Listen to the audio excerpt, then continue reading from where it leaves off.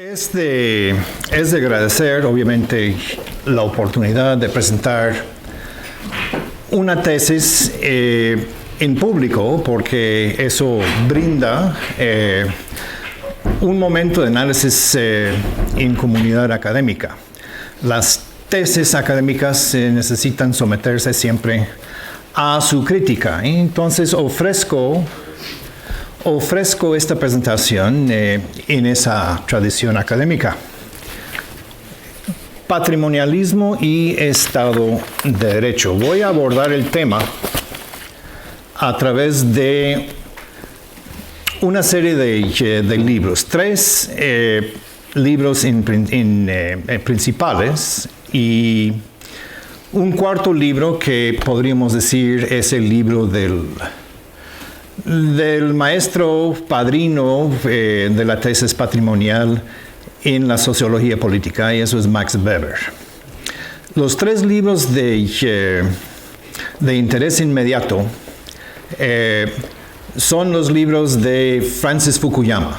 Primero, Francis Fukuyama escribió en el 2011 un libro que ha situado la tesis patrimonial nuevamente en la atención académica como parte de la literatura sobre el orden político, la generación de las instituciones necesarias para el orden político y también la decadencia de los órdenes políticos. Fukuyama hizo su aporte en honor y reconocimiento de su maestro, que fue Samuel Huntington. Samuel Huntington fue el decano de las ciencias políticas en los Estados Unidos durante el último tercio probablemente del siglo XX. Su primer libro importante, El orden político en las sociedades en cambio, es todavía una Biblia para muchos estudiantes de las ciencias políticas por su análisis de la problemática de la transición de una sociedad tradicional a una sociedad moderna o una sociedad de instituciones políticas modernas, mejor dicho. Fukuyama decidió atender la petición de su propio héroe intelectual, Huntington, de poner esa tesis al día. El libro de Huntington, escrito en 1968, ya pues tenía los años encima y necesitaba ser refrescada la tesis. Este libro, The Origins of Political Order, From Pre-Human Times to the French Revolution, es solo el primer tomo de dos. Hay un segundo libro que sigue trazando el origen del orden, o el desarrollo del orden político desde la Revolución Francesa hasta la actualidad. Lo que es interesante en este primer libro, pues, es que establece la tesis de lo que es un fenómeno persistente en las sociedades humanas, y esa es la tendencia de atender a los amigos, a la familia extendida a través de los parentescos en el contexto político-económico. La tesis patrimonial es entonces una tesis no solo universal, pero es una tesis que se remonta a la antigüedad. Voy a citar adelante a Platón, pues, que también habló del mismo fenómeno en la República. El segundo libro que voy a utilizar aquí para ilustrar el fenómeno en el contexto que aquí interesa, que es el contexto iberoamericano, es este libro del historiador alemán Horst Pichman, El Estado y su evolución al principio de la colonización española de América. Es su Fondo de Cultura Económica, traducción a español, hacia 1984. Este libro me llegó hace muchos años y me llamó la atención inmediatamente porque era el libro que me aclaró muchas cosas en cuanto al carácter del Estado español y la extensión de ese Estado, de las instituciones del Estado español al Nuevo Mundo, a sus llamadas colonias. Y bueno, como estamos aquí al pie del arquitecto del Estado moderno español, Felipe II, pues este libro viene muy al caso. El tercer libro de que voy a hablar es de un escocés, McIlwain, que en un libro editado por Liberty Fund, que se publicó primera vez en 1940, el libro de Liberty Fund es del 2007, Constitutionalism, Ancient and Modern, que nos va a ayudar a entender de dónde viene, cómo ha sido la evolución de los principios que están contemplados por esa frase que tanto usamos, pero que frecuentemente peca de no precisar en una definición clara, y me refiero al Estado de Derecho. Entonces tenemos un norteamericano de ascendencia japonesa, Fukuyama, tenemos un alemán, Pichman, y es una preferencia mía, pero yo he encontrado que los historiadores alemanes son más centrados en su análisis de las instituciones hispanoamericanas en la historia colonial de España en el Nuevo Mundo, que los historiadores ingleses o los historiadores norteamericanos, que frecuentemente están perdidos porque no tienen la dimensión cultural en su propia experiencia que les permita entender, por ejemplo, fenómenos como la sociedad estamental. Y creo que dimensionar la sociedad de tipo estamental es importante si vamos a entender qué es el Estado de Derecho, que opera o no opera hoy en día en Iberoamérica. Entonces, un norteamericano de ascendencia japonesa, un alemán y un escocés. Y este libro me llamó la atención hace varios años porque aclara ciertas características del poder y de la jurisdicción, que son dos dimensiones de las prerrogativas reales en el constitucionalismo medieval, que desatendemos, no analizamos, no le damos pues el mérito necesario para poder entender diferentes tradiciones reales y cómo inciden pues en primero el constitucionalismo y la evolución de la idea del Estado de Derecho. Al pie de la página aquí pues el último, Max Weber. Max Weber obviamente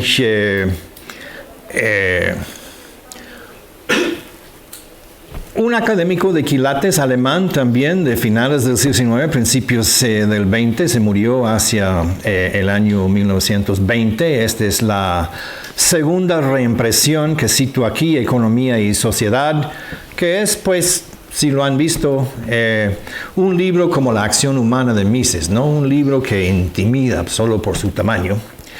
Y en el último capítulo de Max Weber hay consideraciones extensas sobre diferentes tipos de sociedad política. Y habla de la sociedad política de tipo estamental, habla de la sociedad política de tipo patrimonial, habla de otros tipos de sociedad política. que cualquier estudiante de estos temas pues tendría que tener presente para poder desarrollar las reflexiones necesarias sobre el tema. Lo que me gusta de Max Weber,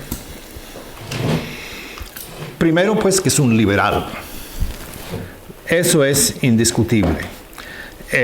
Yo considero que la suerte de Max Weber es una de las tragedias intelectuales del siglo XX. Su aporte al análisis, a la sociología política, al liberalismo, estuvo a punto de tomar vuelo en los años 20 cuando vino la revolución bolchevique y la reconstitución, podríamos decir, del marxismo. Mucha gente que no estudia el curso que siguió el marxismo en el siglo XIX no entiende que el marxismo prácticamente había desaparecido a principios del siglo XX. Claro, el socialismo todavía era una filosofía que se seguía, había partidos socialistas, pero habían rechazado los socialistas de principios del siglo el marxismo. Por diferentes razones, no tenemos que entrar en eso aquí, pero el punto es que la revolución bolchevique lo que hace es rescatar el marxismo, y ahora el marxismo tiene un Estado que lo promueve a través de su política exterior, a través de sus expresiones internacionales como la Tercera Internacional, y el marxismo entonces llegó a ser un gran fenómeno, como todos sabemos, en el siglo XX. Y Weber quedó pues marginado en el análisis y la sociología política. Hasta los últimos 20 años creo que Weber ha tenido un renacimiento. Entonces, la consideración patrimonial es también un esfuerzo por reestablecer la importancia del pensamiento de Max Weber en la academia. Weber habla específicamente en el contexto del patrimonialismo, las sociedades de tipo patrimonial, del Estado burocrático patrimonial. Si conocen un poco de Max Weber, entonces saben que Weber es famoso por presentar el fenómeno de la burocracia como la institución más importante que el Estado genera en el siglo XX, y toda la literatura que explica la incidencia, importancia de la burocracia como mecanismo de control estatal en el siglo XX, tiene su origen en Weber. Otra cosa que me gusta de Max Weber es que entiende que el Estado es un mecanismo de dominación. El liberalismo pues tiene su énfasis, tiene su insistencia en cuanto al Estado como la entidad responsable por asegurar la paz, velar por la propiedad, la seguridad de los individuos, etcétera, etcétera. Y es pues admirable esa definición del Estado, pero es un ideal. Pocos han sido los estados en la historia que han logrado cumplir con esa misión del Estado. En tanto que muchos son los ejemplos de Estado en la historia que dominan. Y esta tradición de dominación tiene sus raíces en el constitucionalismo de la Edad Media. El Estado, en un principio, es entonces un mecanismo de dominación y de controlar las poblaciones a través de políticas de dominación Pero cuando hablamos de políticas de dominación no estamos hablando necesariamente de opresión, no estamos hablando de enviar las fuerzas militares y fusilar a la gente, no estamos hablando de imponer a través de la violencia la dominación del Estado, estamos hablando de los diferentes mecanismos, concesiones, privilegios, derechos, libertades. Es importante entender que la libertad en un principio, en el contexto de la Edad Media, es plural siempre. Todavía en el siglo XVIII, Burke habla constantemente de las libertades. La tendencia más moderna de solo hablar de la libertad en singular es un fenómeno solo de los últimos 200 años. Entonces, las libertades tradicionales son concesiones, son derechos otorgados por la mano del rey, pero otorgados como parte de una estrategia de controlar, apaciguar, mantener sus nobles, sus miembros de la corte, sus fuerzas necesarias para asegurar la paz en el reino. Entender entonces el Estado como un mecanismo de dominación es una ventana que se abre pues sobre la filosofía del Estado español en sus posesiones americanas en el siglo XVI, siglo XVII, siglo XVIII. Son mecanismos de dominación.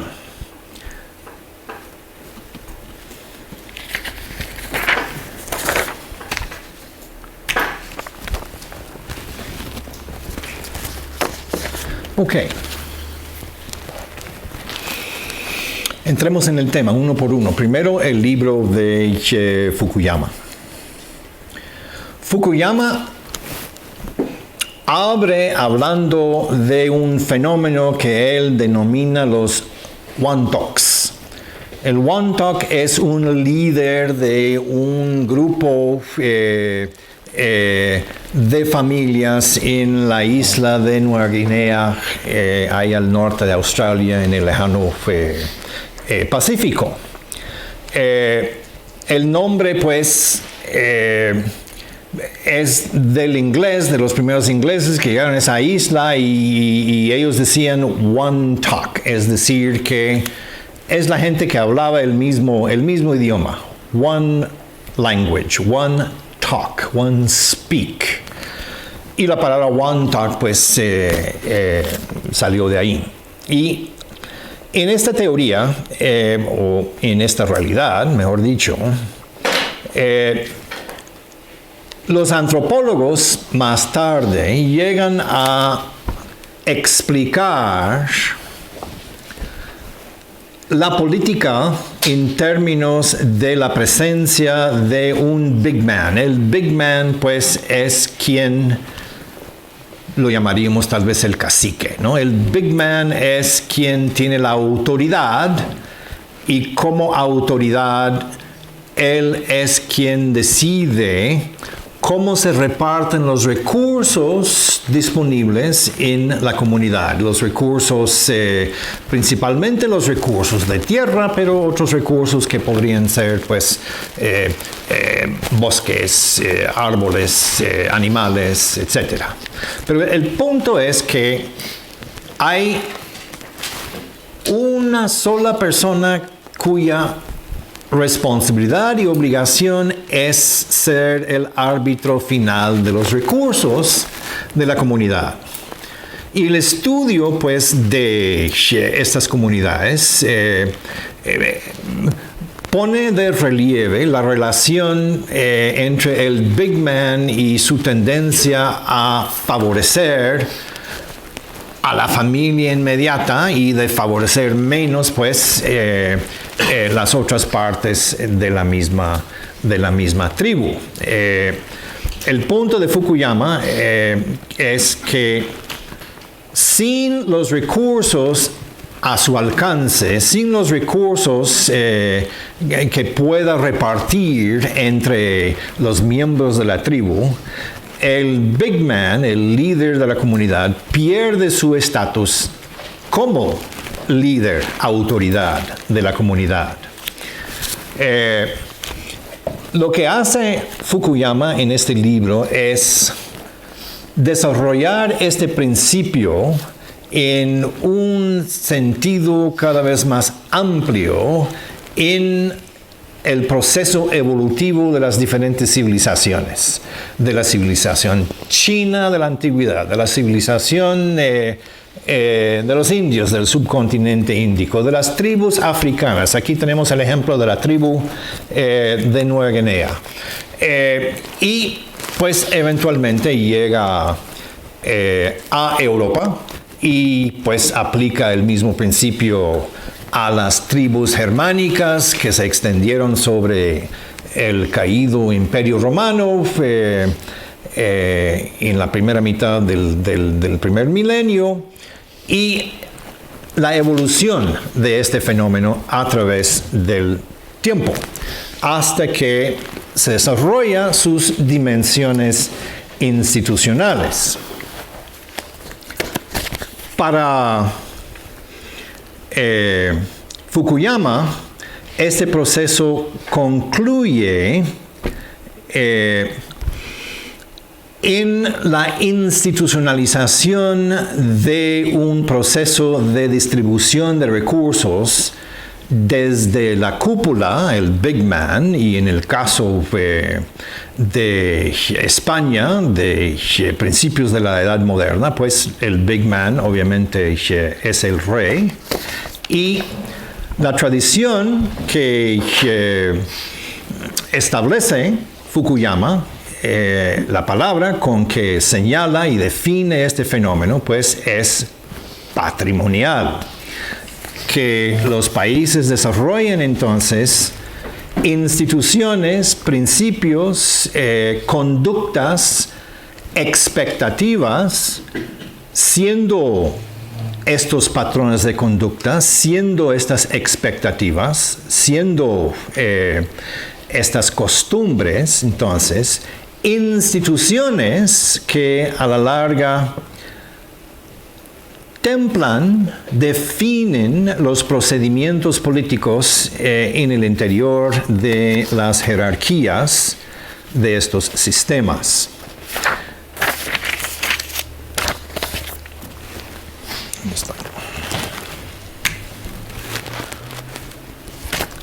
En el caso particular de España y de sus posesiones en el Nuevo Mundo, podemos ir al libro de Horst Pichman. Pichman empieza hablando de la dificultad que ha existido en la literatura para definir con claridad el concepto de Estado. Tiene toda una página en su libro donde habla de los diferentes estados, el estado moderno, el estado absoluto, el estado corporativo, el estado autoritario, y la tendencia que hay entonces de utilizar esta terminología sin una definición precisa.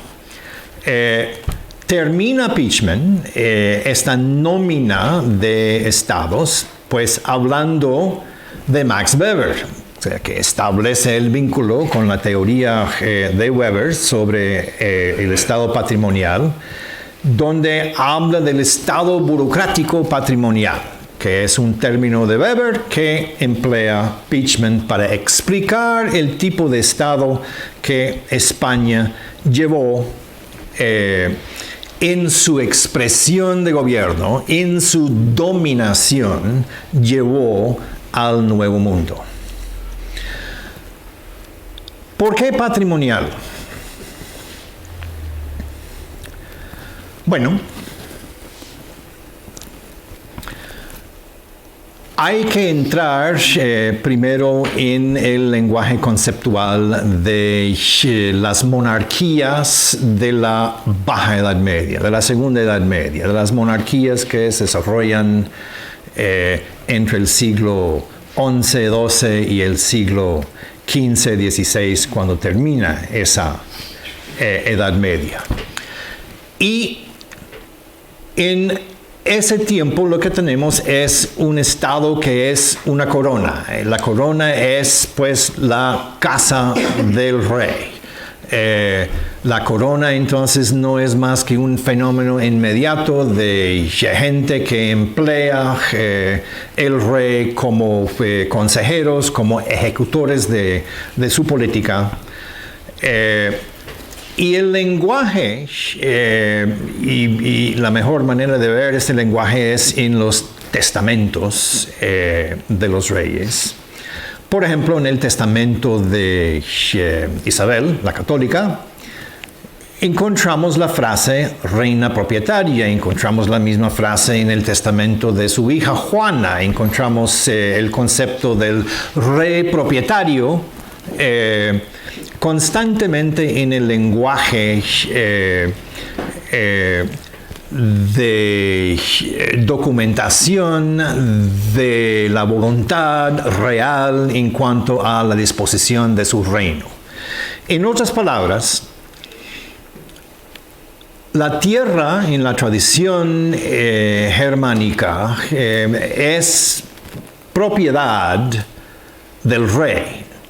Y el rey tiene la opción de enajenar esa propiedad, transferir el usufructo sobre esa propiedad, pero en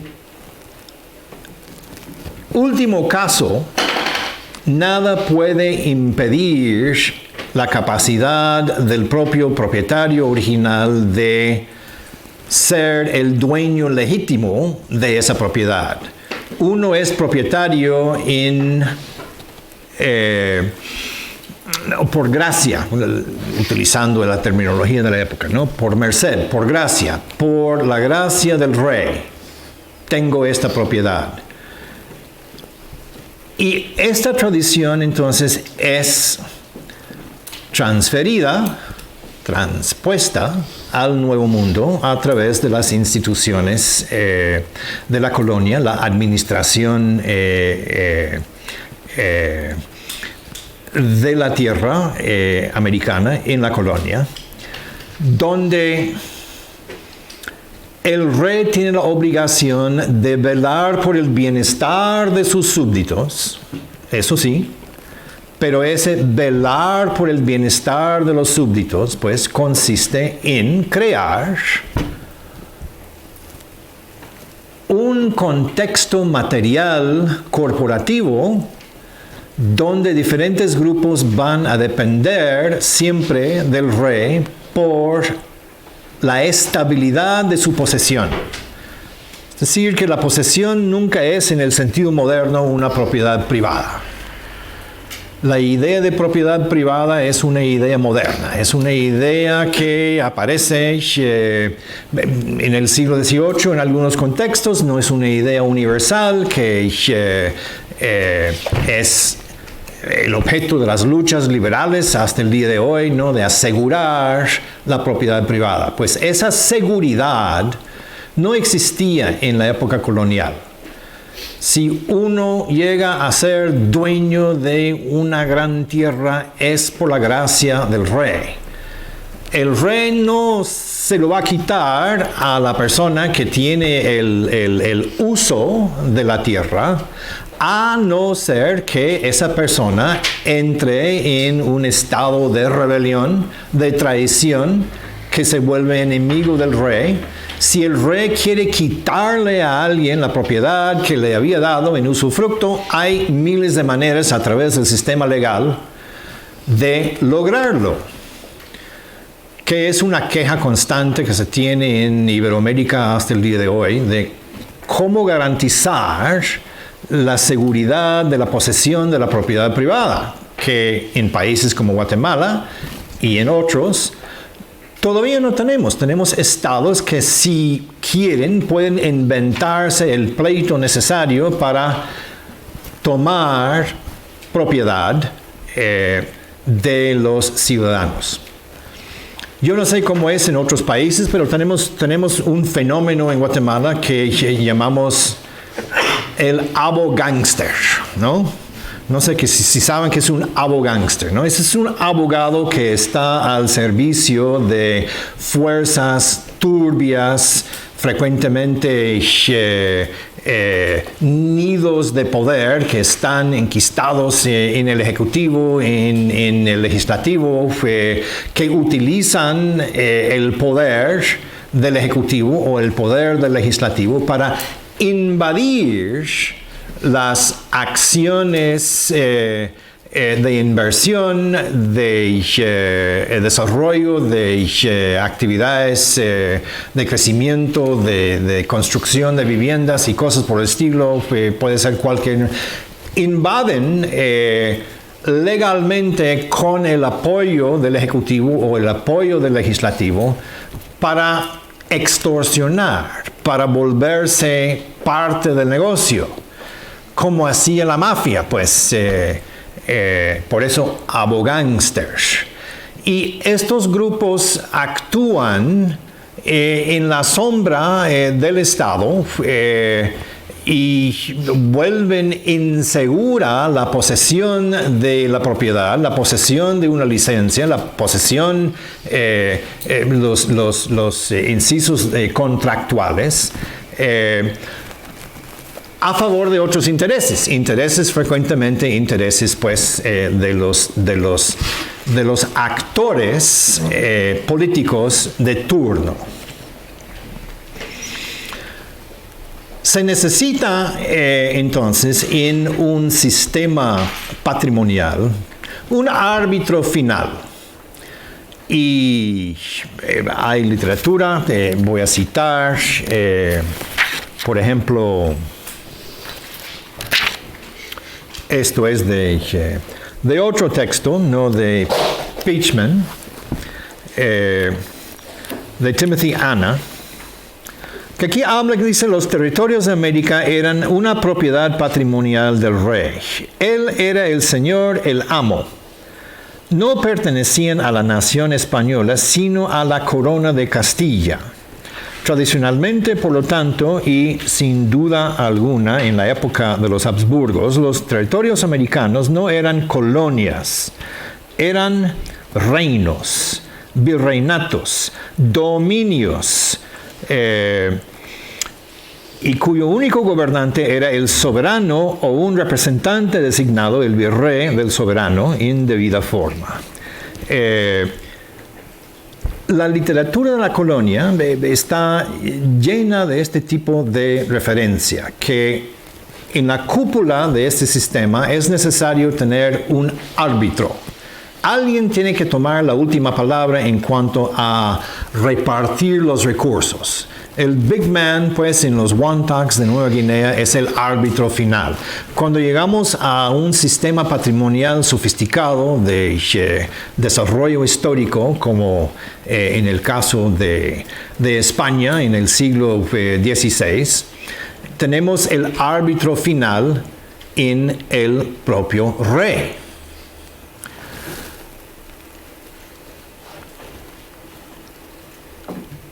El arbitraje, sin embargo, es un fenómeno sujeto a sus propias costumbres. Es decir, el rey no procede de manera violenta, a no ser que haya llegado a los extremos de un caso de traición o de rebeldía. Tiene el rey siempre su elenco de abogángsteres de esa época que pueden armar pleitos que afectan la propiedad de cualquier, la posesión propietaria, debo decir, de cualquier súbdito. Pero es función del rey, es en el constitucionalismo, digamos, en este caso el constitucionalismo habsburgués, es obligación del rey atender el bienestar de sus corporaciones. si estamos hablando de un tipo de gobierno burocrático patrimonial, eso no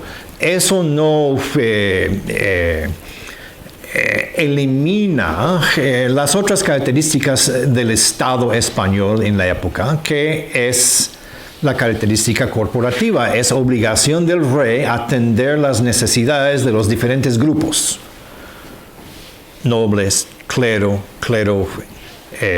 secular principalmente, consulados de comercio, etc. La visión del rey es una visión de armonizar los intereses de su reino, mantener la paz en el reino, y esa paz está pues en satisfacer las expectativas constitucionales de los grupos. Entonces el rey es generoso. El primer uso de la palabra liberal en el léxico es hablar de un rey liberal. ¿Y eso qué quiere decir? El rey es generoso con sus dispensaciones, con sus mercedes y sus gracias. El documento que instruye y que nos abre otra vez una ventana sobre este fenómeno, pues, es el testamento de Carlos V, Carlos I de España. La idea que tenemos de Carlos V, probablemente emperador del Sacro Imperio Romano, emperador que está constantemente en campaña contra la herejía luterana, contra el protestantismo, emperador que está en campaña en Italia, en el Mecenado, en los Países Bajos. Sabemos pues que Carlos V era pues de los Países Bajos, de Gante. Carlos de Gante era, ¿no? Cuando llegaba aquí no hablaba español.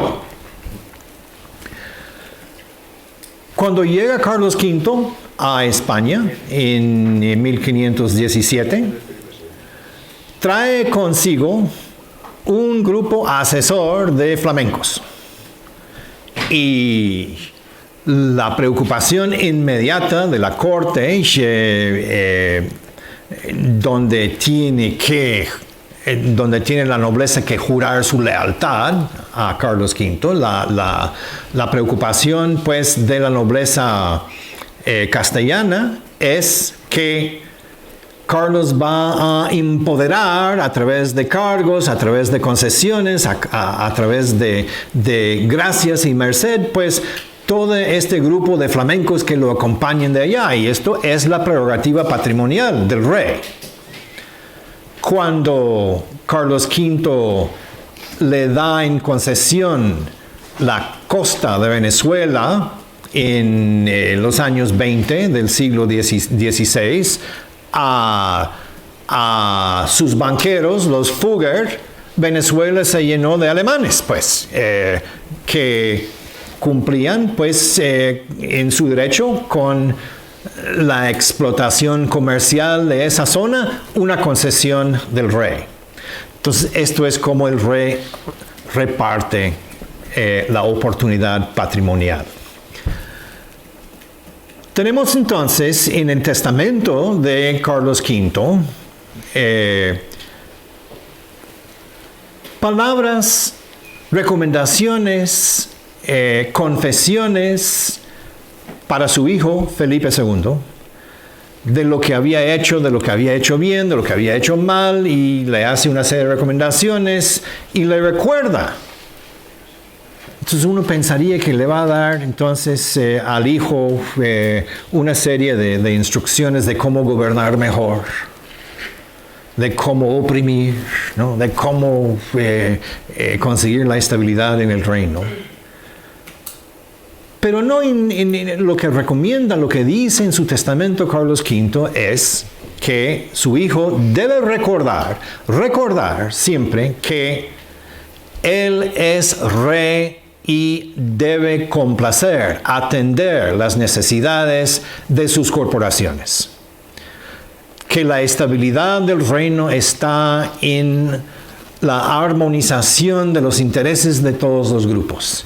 Que debe ser generoso en sus concesiones. Es decir, que debe atender las demandas de un sistema patrimonial. Ok, entonces para no alargar y necesariamente una presentación pues de 45 minutos va a simplificar muchas cosas, pero podemos saltar de aquí a la época final de la colonia y tomar en cuenta lo que es la transición entre la corona de los Habsburgos y la corona de los Borbones.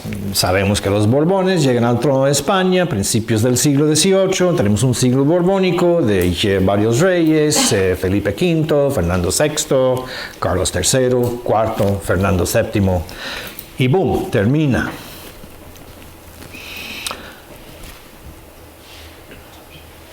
Dice Pichman, y él no es el único que hace esta observación, que la llegada de los Borbones al trono de España es, para los españoles también, pero para las colonias es un baño de agua fría, porque cambia el modus vivendi que se había establecido en la época de los Habsburgos, donde existía esta generosidad que puede resumirse en esta frase que está aquí: obedezco. ¿Dónde estoy? He avanzado sin querer. Esta frase que está hacia abajo: obedezco, pero no cumplo. Que es un concepto interesante. Obedezco, pero no cumplo. Y este obedezco, pero no cumplo es una ceremonia de la autoridad colonial en todas partes de Iberoamérica, en el siglo XVII más frecuente, donde la población indiana protesta la exigencia de cierta legislación, podría ser legislación que afecta la encomienda, legislación que afecta las concesiones comerciales, puede ser legislación de cualquier índole, pero el principio es que allá a lo lejos en Madrid no es posible que ellos tan lejos de nuestras circunstancias puedan entender cómo va a impactar esta legislación. Entonces, la exigencia de los criollos en el Nuevo Mundo, pues de cambiar, de paliar, de no cumplir con la legislación al pie de la letra, es frecuentemente una petición que se acepte la autoridad, entonces suspende o parte o suspende totalmente la legislación que ha llegado desde Madrid. Y en una ceremonia pública donde hay un notario y donde hay un acta que se levanta y entonces el sello del virrey o de la audiencia o de la autoridad local pues se alza sobre la plaza y con esa frase terminan el acta: obedezco pero no cumplo. Y ese es un concepto, pues pensándolo bien, es un mecanismo que consigue a la larga la disposición de parte de los súbditos indianos de reconocer la autoridad de España, del rey. Obedezco, porque si uno no obedece al rey, uno pone en riesgo su fruto, su licencia, su sustento material que el rey puede quitar. Entonces obedezco, pero no cumplo. Y no cumplo por estas razones. Que aquí esta legislación en el Nuevo Mundo, ustedes no han reflexionado cómo esto va a afectar aquí en el Nuevo Mundo. Ustedes no pueden legislar sobre nuestras circunstancias en el Nuevo Mundo desde el otro lado del Atlántico. El argumento es bastante detallado y bastante formal y se llegó a aceptar. Y esto lo que representa es la disposición del rey de negociar la autoridad. Y esa es la tradición, la tradición habsburguesa. Y cuando llegan los Borbones, pues todo cambia. Los Borbones quieren que obedezcan y que también cumplan. Y la teoría, pues, aquí es que las reformas borbónicas son una especie de atentado contra la constitución tradicional habsburguesa de las Indias y, como tal, una desestabilización de la política americana. Y cuando llegamos al final de la colonia, pues, tenemos... Entre mucha gente, voy a citar solo a Bolívar en este caso, porque el tiempo no lo permite, pero Bolívar es un observador de las idiosincrasias del pueblo, tanto tiempo que pasó a caballo, de aquí para allá en sus campañas. Que Bolívar en la Carta de Jamaica de 1815 es parte de la curva de aprendizaje de Bolívar, donde habla de los vínculos que nos unen y por eso pues se refiere a la tradición patrimonial, pues de las concesiones, de la familia, de todo lo que representa el rey padre. Que aquí o allá, mejor dicho, estoy en España, allá en las Américas,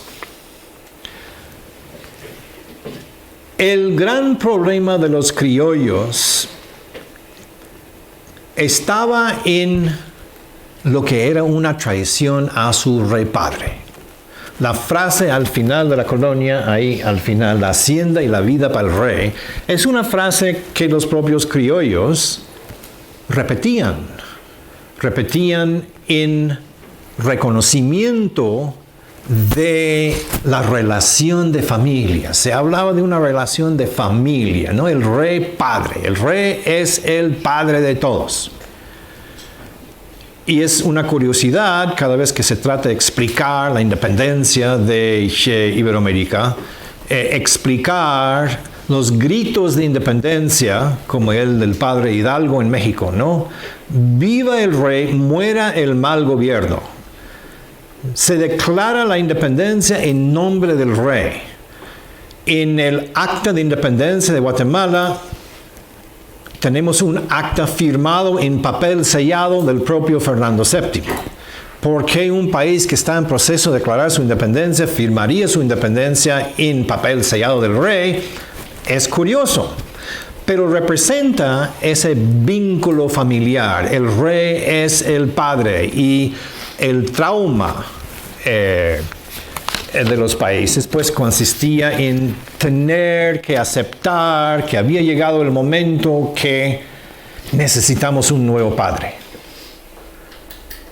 Dice un historiador español, Luis Navarro García, participó en un seminario interesante, analiza el problema de la conformación del Estado Nacional después de la independencia. Dice: la independencia de Iberoamérica es probablemente el mayor desastre jamás sufrido por un imperio colonial y su metrópoli en el proceso de descolonización, es decir, del siglo XIX al siglo XX. Y ahí justifica en un artículo de 20 páginas por qué es traumático esto. Y una de las cosas que aquí dice al final es que no se pudo superar la tradición patrimonial. Entonces, en la independencia, lo que se busca es el sustituto de monarca.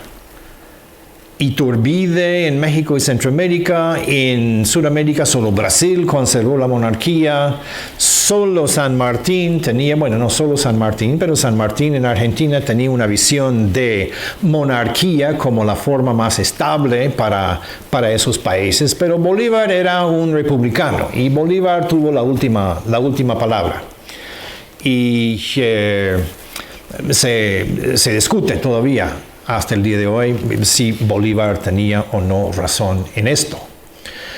Pero el hecho es de que se busca el sustituto Y el sustituto, pues, del rey patrimonial es el caudillo. El caudillo, entonces, llega a ser el nuevo árbitro de los recursos que cada país, cada patria chica, eventualmente los estados nacionales van a tener. Y esta tendencia de volver al patrimonialismo lo podemos encontrar en muchos ejemplos. Voy a citar solo uno, la Constitución mexicana.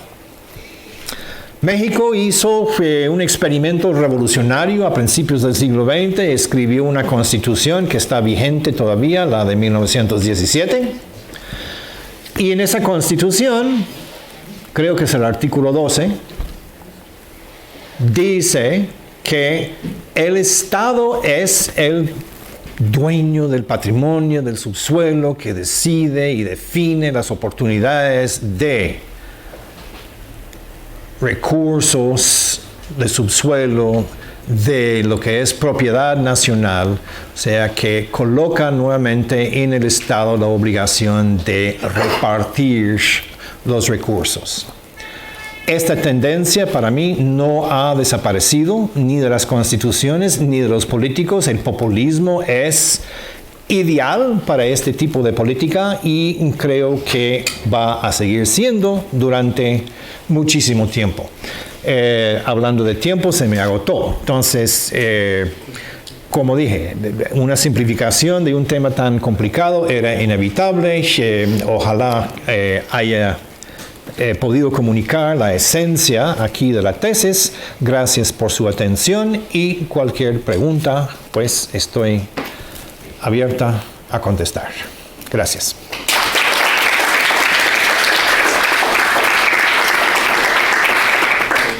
¿Pregunta? Un privilegiado, ¿no? Bueno, me quedo yo. Bueno, habla sobre el tema de la sustitución de la institución monárquica por una republicana, aunque yo pondría el matiz que igual al comienzo de la revolución en realidad era una defensa de la monarquía, ¿no? Que era la defensa de la monarquía española frente al usurpador francés.